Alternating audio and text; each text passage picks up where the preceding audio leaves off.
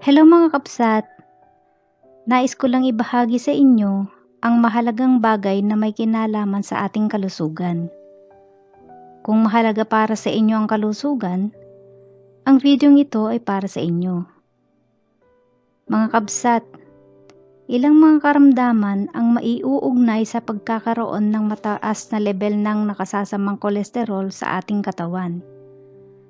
Mga kapsat, hindi malayong dumanas ng mga seryosong kondisyon gaya ng atake sa puso, stroke, at alta presyon. At para maiwasan natin ang masamang epektong ito, makabubuting idagdag natin sa pang-araw-araw na ating kinakain ang mga pagkaing nakakapagpababa ng kolesterol. Narito ang mga 8 pagkain na nakapagpapababa ng kolesterol. Nangunguna na dito ang oatmeal. Isa sa mga pinakakaraniwang paraan ng pagpapababa sa mataas na level ng nakasasamang kolesterol sa ating katawan ay ang pag-aalmusal ng oatmeal every morning. Ang fiber na taglay nito ay nakatutulong na harangin ang karagdagang kolesterol na pumapasok sa ating katawan. Pangalawa ay ang bawang. Bukod sa pagiging natural na antibiotic at nagpapababa ng presyon ng dugo, ang bawang ay mabisa ding nakakabawas ng bad cholesterol sa ating katawan. At ayon sa ilang pagsasaliksik, may epekto ang bawang na mabawasan ang pagbabara sa mga ugat dulot ng namuong kolesterol. Mga kapsat, makabubuting palawakin natin ang pagsasaliksik sa mga iba pang benepisyong makukuha sa bawang. Pangatlo ay omega-3 fatty acid. Ang omega-3 fatty acid ay ang langis na makukuha mula sa mga taba ng isda. Pinapababa nito ang presyon ng dugo, gayon din ang pagbabara sa mga ugat. Ang mga isda na mayaman sa omega-3 fatty acid ay ang mackerel, salmon, tuna, at sardinas. Pangapat ay abukado. Ang prutas na ito ay mayaman sa ilang mga sustansya, pati nasa monounsaturated fatty acids. Ang mufa ay may bisa ring nakakapagpababa ng bad cholesterol sa katawan.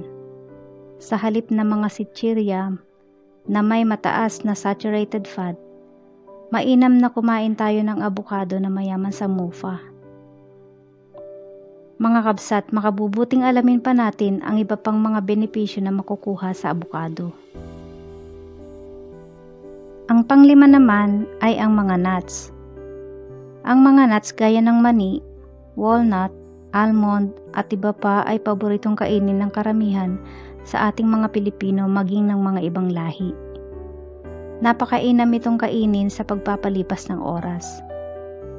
Ang mga ito ay mayaman sa mono at polyunsaturated fatty acid na may epektong lumalaban sa pagpapababa ng kolesterol sa mga ugat na daluyan ng ating dugo.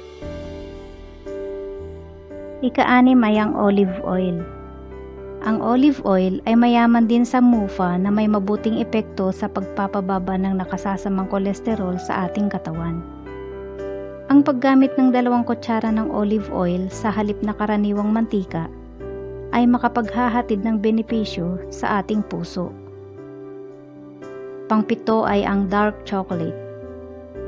Ang natural na tsokolate ay mayaman sa antioxidant at good cholesterol na parehong may mabubuting epekto sa ating kalusugan. Ang good cholesterol o high density lipoprotein ay nakapagpapababa sa panganib na hatid ng bad cholesterol o low density lipoprotein. At ang pang-8 mga kabsat ay ang red wine. Ang regular na pag-inom ng red wine ay nakakaapekto rin sa level ng kolesterol sa katawan ng tao ayon sa isang pag-aaral. Kayang pababain ng 12% ang masamang kolesterol o LDL sa katawan kung regular na iinom ng red wine. Yan ang 8 pagkaing nakakapagpababa ng kolesterol. Hanggang dito na lang mga kabsat. Maraming salamat sa inyong panonood At kung kayo ay hindi pa nakapag-subscribe sa aking channel, please mag-subscribe na po kayo at huwag kalimutang pindutin ang notification bell para updated kayo palagi. Hanggang sa muli mga kabsat. Diyos ti Agalwad.